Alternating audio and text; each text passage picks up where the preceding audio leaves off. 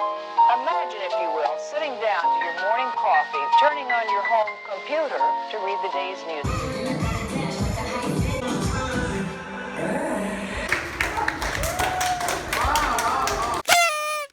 What's up, it's your girl Ishmo, and today I am talking about the time I went to 1 Million Studio in Seoul, South Korea. I'm going to be talking about my own experience, but I'm also going to give up some tips if you're planning to go or if you know someone who wants to go, so keep on watching. Whoa. Before I start talking about my experience, I want to give you some tips because I didn't have these tips when I went. Really went all by myself and I did everything by myself, and whatever happened happened. But I do really want to give you some tips because if I had these tips it would make things a little bit easier. So tip number one, research. Go online, go to their website. Luckily they really do rely on technology, so take that under advantage and go check out their schedules. Also have their prices there. I would say to start researching when you know when you're gonna go to Seoul. I believe in their website they have months schedule, so you can kind of know who is going to give a class on which day months ahead. So definitely when you know when you're gonna go to Seoul, go check out their website and see in the days that you're gonna be there who's gonna teach and at what time. Tip number two is plan your day close to the studio. I'm saying that it's close to the area of the studio. Not long ago I found out that 1 Million Studio have changed location. It used to be in Gangnam and now it's another area. I would recommend to plan your day close to that area because most of 1 Million Studios classes are in the evening and at night where usually traffic is. Back in Gangnam it was very hectic around those times. This area, which is Seongsu-dong, I believe. Correct! Seongsu-dong area used to be a warehouse district and now it's just abandoned warehouse that now has very artistic and very cute cafes and bars. I actually went there accidentally. I participated in a hanbok ceremony in that area and we actually end up eating there. They have amazing budae-jjigae. Across the street from Seongsu Station there is a building, and in that building they have an amazing budae-jjigae. They have multiple jjigaes, by the way. They have multiple soups. Delicious. I would actually recommend you to go eat there if you're in that area. So tip number three, arrive early. Oh my god, you have to arrive early. I would say about an hour to an hour and a half before the class. And I know it sounds crazy and it sounds a lot. Damn right. When you get there, you need to register, you need to fill a form. I recommend you to register before getting there. When you register, you're probably gonna waste about 15 to 20 minutes. There's quite a lot to fill out, and not only that, there's also a contract that you have to sign. You have to create this account and a code. There's a lot, so you kind of waste time on that. So if you can do that ahead at home in your computer all by yourself is great, because you don't know by the time you're gonna arrive to the studio if there's gonna be other foreigners or other tourists or other locals who are also going to get a class for the first time, and they all have to do that. So if you can do that ahead, do it. You still need to arrive early because of how it works in 1 Million Studio is first come, first serve. It has a limit of person. Also depending on whose class you're gonna take. Some choreographers, for example, Austin Park really has a high demand and there's gonna be a lot of people. And if you're going to take those type of classes, I would suggest you to get there early so you can stand in line and secure a place into the class. Tip number four. My tip number four is be prepared. And what I'm saying about be prepared is more in the necessity aspect, I would say. Try to go to the bathroom before the class starts, because once you get into the class you cannot go out, and if you do go out you can't go back in. So make sure you've gone to the bathroom, that you don't need to go to the bathroom for the whole time of the class. Bring your bottle of water, bring your phone fully charged, and if you can, arrive with your dancing clothes. If not, it's okay, they still have dressing rooms, but again, I don't know now where they moved it, they have a lot, but back in Gangnam there was just only one for the whole floor, so I had to wait in line and it was more time and I couldn't stand in line. So, and tip number 5, have fun and enjoy. Definitely don't stress out. You're there to have fun, to dance, to live the experience. From my experience, the more you enjoy it, the better it is. It doesn't matter if you're a full-on dancer or you're not, you just need to enjoy it. It's probably gonna be a one-time thing and you need to have fun and just enjoy the class. In 1 Million Studio, there's only 2 levels. There's beginner and there's regular. Beginner, obviously anybody can go, that you don't require some dancing background or anything, or people like me who hasn't been dancing for a while. The regular classes, 1 Million Studios, what I've saw and heard is that they can be beginner intermediate, or intermediate advanced, or advanced. The only way you could know what level the regular class will be is based on the choreographer. Do they teach more intermediate kind of choreo or advanced? That you'll have to make your research and find out if they do.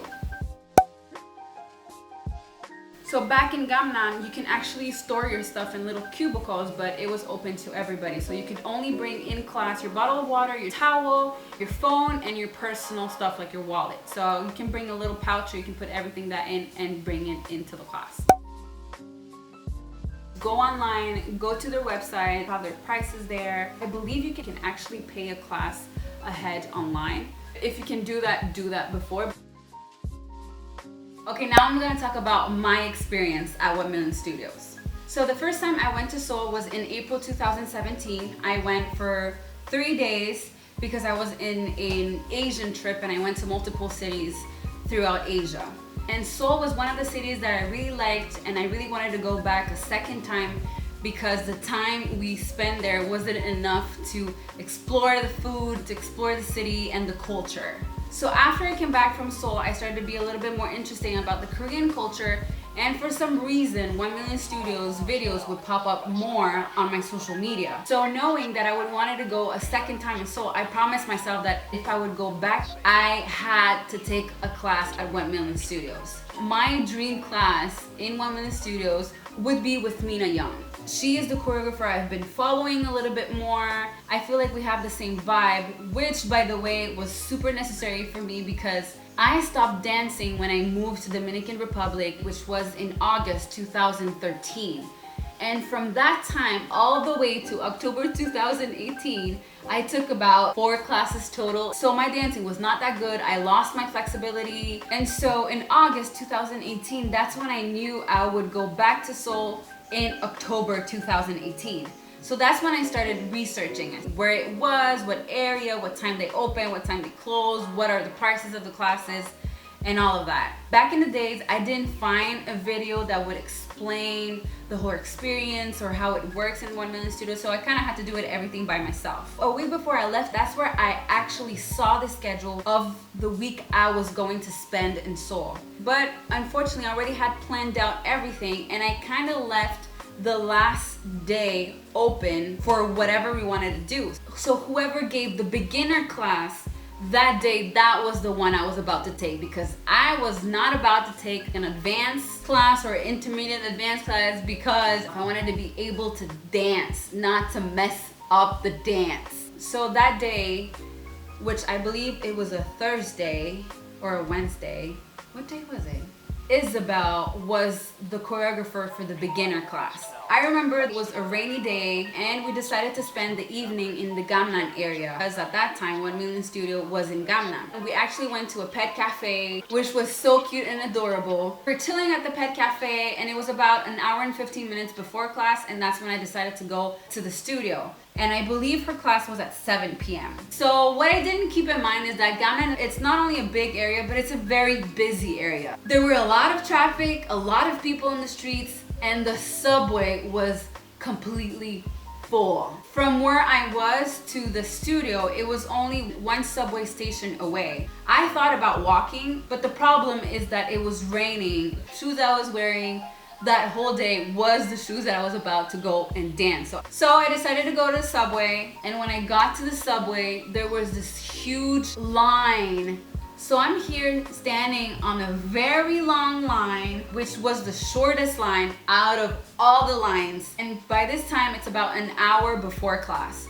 So the first subway comes and about, I would say 6 to 7 people got in. The second one arrives, and now it's like 45 minutes before the class starts. So the third one arrives, and on that one, about 10 people gets in. So the subway leaves, and I'm started counting, and I'm number 12 after the third subway. 5 to 8 minutes later comes the fourth subway, and I see people getting in, and I'm getting closer and closer to that door. If it wasn't because I pushed so hard on the man in front of me for me to be able to get in and the door closes right on me, I would have waited for a fifth subway. I'm so sorry for the sir who was in front of me that I pushed him so hard. So I get off into the next station, I take the exit, but for some reason, and that exit split it in two, and I didn't know which way to go. And then I see these two guys. And when I saw these guys, I was like, these are definitely dancers. They look like dancers.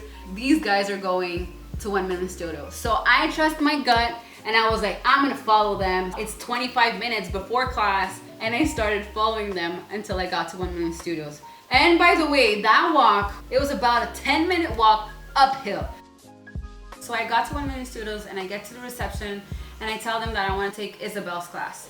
So the first thing they ask me if I'm registered, if I have an account or something, and I tell them, no, I don't, I'm a tourist. So they're like, okay, so just fill out this form, and basically what they ask you, email, phone number, address, if you live there, a bunch of questions, and then they kind of make you sign this kind of contract where there's a possibility that they're gonna film. So when I'm done signing all the papers and everything, Isabel's class is literally about to start, and she looks at me and she's like, you're not gonna dance like that, right? Because I absolutely did not have a dance wear. I had to go change, and besides that, I had to put my stuff into the cubicles, and she was like, you know what, by the time you're gonna be ready, the class is gonna start, and I cannot allow you to get in. This cannot be happening right now. So I asked her if there's another class, and she says yes. In half an hour, we have two classes, one from a male choreographer and another one for a female choreographer.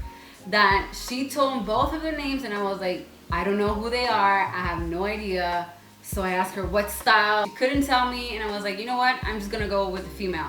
Probably the guy is gonna be all like hard and stuff. The female choreographer was Ara Cho. I did not know who Ara Cho was, I didn't know her style. So I get changed, I put my stuff in the cubicle, and I stand in line. So while we were standing in line waiting to get to the class, I was a little bit nervous because of two things. Number one, her class was regular. I didn't know if it would be like intermediate, advanced, or anything, because I didn't know what level she was. I don't know what level she teaches. And the second thing was that I didn't know if the class would be fully in English or Korean, or they would count in English. So that got me a little bit stressed out, because I was like, am I gonna be able to understand what she's gonna say? So whatever, the class starts, get into class, you kind of do your code that you did when you registered, and we started with a 15-minute stretch. Simple stretches just to warm up, and she started right on choreo. Her choreo was, I would say, beginner / intermediate. It was pretty easy. She's so sweet and cute. Her class was partially in English, partially in Korean. She did use English counts, but most of her explanation was in Korean. I know she tried so hard explaining English. I know English is not her first language, so I was fine. When I started the class, I was kind of in the front line, so I could see everything. Even though if she was explaining English, I could clearly see what she was doing and get along. The first part of the choreo wasn't really difficult. It was pretty simple moves and repetitive moves. Now, when she said to switch lines, so the back ones could get in the front and the front ones would go to the back, that's where the intermediate part of the choreo started. Until this day, I do not know how to do a specific move because she explained it in Korean, and I was trying to look at her, but I couldn't see clearly. The girl in front of me didn't understand it clearly either. So that's the only thing. It was a little bit off for me in the choreo because I couldn't understand what foot, where it started, but I figured it out. It wasn't really the move, but I got along with it. So she finished the choreo. We did it about 3 or 4 times with the music, everybody, and then she just split up the class. This part of the class, gonna do it first, the middle part second, and the third one is gonna do it last. So we do it like that. Once she saw it like that, she puts us all in the middle and she starts group A, group A, group A. She does the same for B, C, and D. So then she says, okay, please, can everybody get into their groups? So we're all each group together, and she starts doing formations. When you finish with the formations, She's like, okay, I'm gonna see each group. We're gonna do one by one and let's watch you. So her choreo was divided in 2 parts. The week before was part 1 and the class that I went to was part 2. After that, she asks the group who was there last week and did part 1. So she asked group A, which was us, and I believe group C, to come forward and add these girls to our groups so they can do part 1, and then us that learned part 2 would come along and dance with them the second part of the dance. She said something in Korean that I did not understand and she left the class. When she came back in, there was this man with this big camera. So she goes, group A, please come forward. She starts positioning us. She starts telling us what to do. She looks at the guy, she's like, ready? He goes, ready, and starts the music. I was like, you know what? Just dance, enjoy, have fun, and whatever happens, happens, and that's it. Filmed it once, and she asked the other group to film too. And then what she did, she switched the girls. And then there's these 2 girls that I think that they're regular 1 Million studio dancers because they had outfit ons, they were already matching and all that. They would do part 1 and then come along and do part 2 all together, which is this clip right here. So at this point, I'm a little bit nervous. I hadn't danced for a long time in front of a camera, and I was stressing out so much about that specific dance sequence that I couldn't get it, and I hoped I would do it as close as possible to what all of the other dancers did. But I guess it worked my way out, and at the end I was about to fall, and you could see clearly that I was about to fall, but got my balance and got away with it. And I was like, oh my God, she saw that, she's gonna kick me out. But what she did, she changed the 2 girls to another 2 girls, and we filmed that again. So after that one was filmed, the other group also filmed, and then that's when the class was over. They didn't talk to me about the video, they didn't tell me anything about it. It was just like, we filmed it and that's it. And I was like, okay, well, probably they're not gonna choose the clip that I am. I don't know. I didn't think of it after that. I was like, you know what? I have my own clip that a nice girl filmed it for me. I was so happy with that, and that's it. So I got out of the studio and I was so happy that my last day in Seoul, I got to take a class at 1 Million Studio. I went on, met my friend with whom I was traveling with, and we celebrated eating some street food in Gangnam. So I come back home, and a few days later, my friend sends me a 1 Million Studio video, and she tells me, go watch this ASAP. And it turns out that I am in the video of Ara Cho's choreography to Jason Derulo and Nicki Minaj's Goodbye song. It was so crazy for me because I originally wanted to go to Mina Young's class, and when that didn't happen, I decided to go to Isabel's class, and unfortunately that didn't happen, and I ended up in Ara Cho's class. If you want to see that video, I have the link down below so you can go watch it. And that's the story about the time I went to 1 Million Studio. That's what Ishmu said. I'll see you in my next video. Bye! Do I have more light? Ah! Gracias, Romao. Gracias. Wow, that light though. Huh? How?